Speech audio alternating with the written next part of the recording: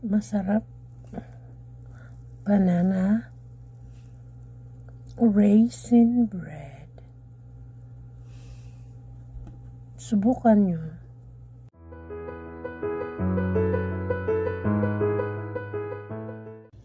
Hello friendship! Welcome to my channel. Today's video ay gagawa ako ng banana bread. So let's start it. Guys, ang kakailanganin natin is banana. I choose this banana kasi the more na yung ang tawag din, yung maano na yung banana, the more na mas masarap siya. So hindi ganitong klase siya, hindi ibig sabihin na na siya, kundi lang nangingitim lang yung balat niya dahil sa sobrang lamig, pero sa loob is okay siya. At saka mas maganda ito at sikreto ito ng paggagawa ng mga bake ng mga cakes. Ganito nagagawa ko ng bread kasi the more na maano na yung banana, the more na very sweet siya. So guys, balatan natin yung banana. You can choose any kind of banana, yung mga lakatan, mga pwede yun. Ako, ang gagamitin ko ngayon is saba kasi nangingitim na yung saba ko sa lamig. Pero ayan siya, very good pa siya. At pagkatapos nyan guys is i-mash natin yung natin para maging siya. Kaya mas maganda yung hinog na hinog yung gagawin natin na na saging kasi mabilis lang siyang i-mash. Tsaka yung sweetness niya talaga very soft na siya. Kaya magandang gawin kaysa yung pa talaga siya, yung talagang pa yung saging. So, mas maganda talaga yung hinog na hinog. Yun ang sikreto talaga ng mga naggagawa ng mga pastries na made of banana. So, ito ang gagawin ko ngayon, 5 pieces na na saging. Ang gagawin natin ngayon, i-mash natin siya hanggang i-mash natin siya hanggang maano na siya, yung ang tawag niyan, yung talagang maano na very na soft. So ayan guys, na-mash na natin yung banana. Ayan. So ngayon ang gagawin natin is haluin naman natin yung ibang mga ingredient. So ayan guys, mag-crack ng 2 eggs. 2 eggs siya, 2 eggs.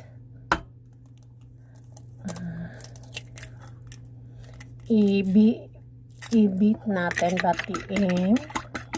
Then we put 1 cup ng sugar, but white, 1/2 cup na white, 1/2 cup na brown sugar. Pero hindi kasi ako gumagamit ng ng tawag nito, yung white sugar.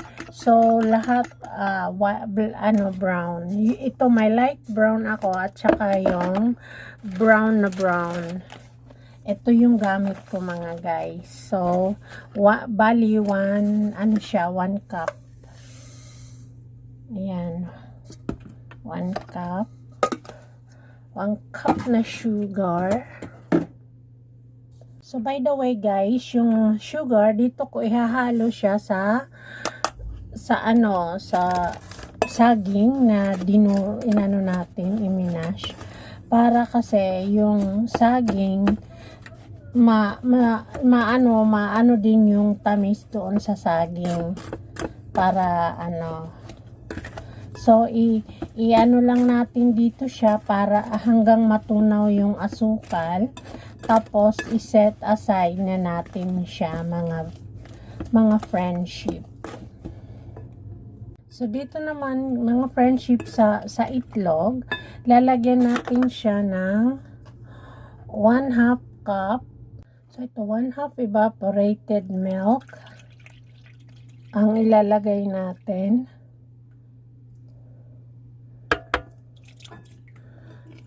Then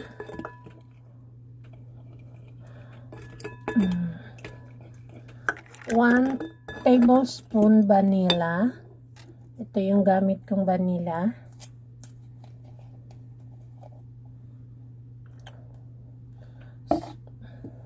One teaspoon na salt.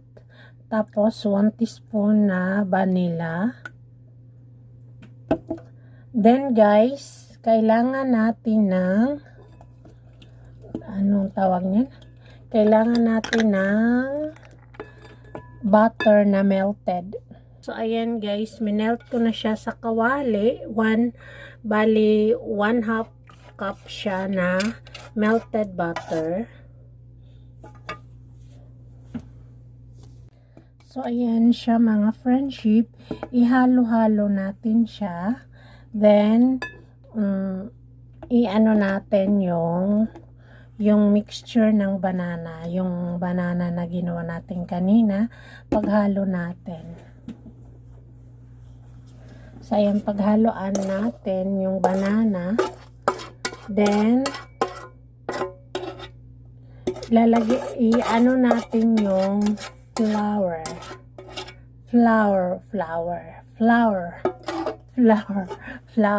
daw. Flour. So, ito mga friendship, in a separate bowl, mag-aano naman tayo ng 1/2 cup na flour. All-purpose flour. 1/2 cup siya. Marami na to. I-ano natin mga friendship, isisip natin siya. Teka lang, kasi masyadong napuno. Yan.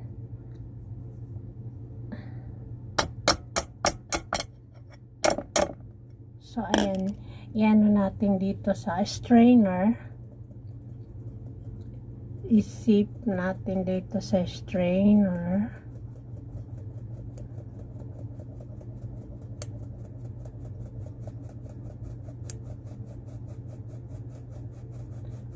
Yan.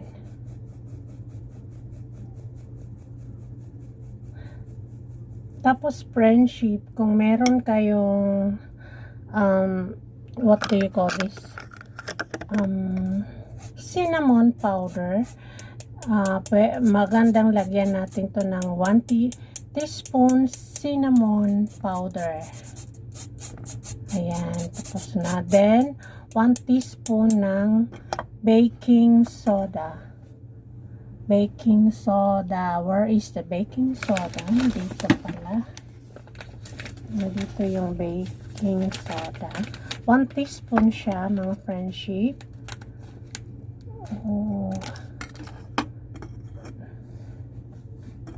Yan, lagyan ko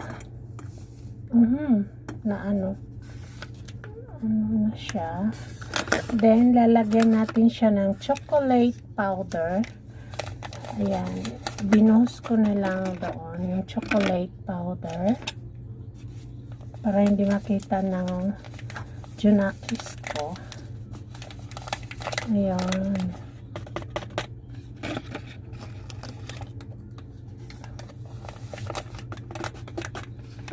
Then, paghalo-haloin na natin sila mga friendship. By the way mga friendship, kung gusto nyo lagyan sila ng nuts, pwede rin, pero tatago ko itong sa aking kasi ayaw niyang kumain ng almond. So, ang ginawa ko, bumili ako ng powder para hindi niya makita may almond. So, lalagyan ko ng 2 tablespoon powder. Ayan, 1, yan. na almond siya. Tapos, lalagyan natin siya mamaya ng what do you call this? Toppings. So, after this mga friendship, ano na natin, paghalo-haloin yung mga ingredients dito. Then, ilagay natin dito sa wet ingredient. Sama-sama na natin dito sa wet ingredient. Ay, ang daming ano. Yan, dahan-dahan hanggang maano siya. Hanggang maano sila yung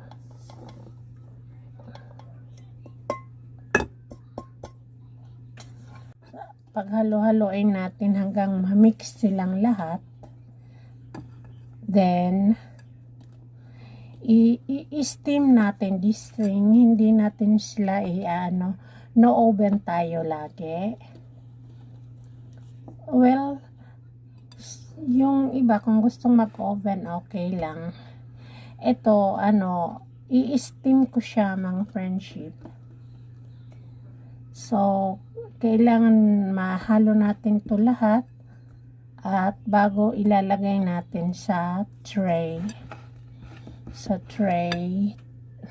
ayan na mga friendship. Tapos na nating paghalo-haloin itong baking tray. Actually, mga friendship, lalagyan ko siya ng yung na-melt na butter para actually, pwede siyang ilagay sa mga, yung maliliit na tray ng mga Raisin foils para sa mga baking na na bread. Pero mas inano ko na lang to para maka-save ng time. Tsaka wala akong tray na ganon, walang makita dito sa namin, sa department store, sa supermarket. Nasa department store pa. So ito na lang ginamit ko na na baking tray.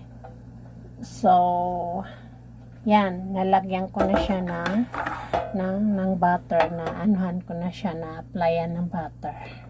So i-transfer na natin siya dito.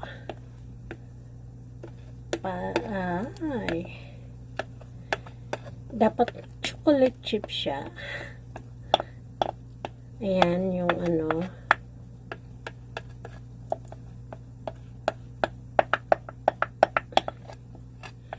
parang ang sarap niyang tingnan mga friendship. Hindi siya maliit lang siya sa sa tray na to, pero anyway, okay lang yon. So ayan mga friendship, nagpaano na tayo ng steamer, kaya medyo maano siya. Ayan, so wait lang. Ayan siya mga friendship, nandoon na siya sa nilipat ko yung ko sa ibang sa Reynolds siya, kasi hindi siya kakasya sa hindi siya kumasya doon sa tawag niyan, hindi siya kumasya doon sa baking tray, kaya diyan ko siya nilipat. Wait lang, maluto siya. Ayan na siya guys, after 70 minutes. Palamigin muna natin bago natin islicein. So ayan na guys ang ating banana bread. So hiwaan natin siya. Ayan. At slicein natin ng wow guys, ang sarap ng amoy pa lang. Ayan na siya guys. So ayan, tikman natin. Yummy.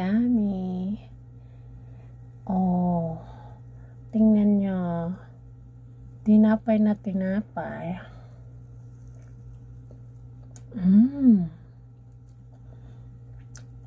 Guys, tingnan nyo. Hindi kayo magsisisi. Gawa kayo ng ano. Hindi siya gaanong matamis. Ang sarap. Thank you for watching. Hi guys. Subukan nyo ito.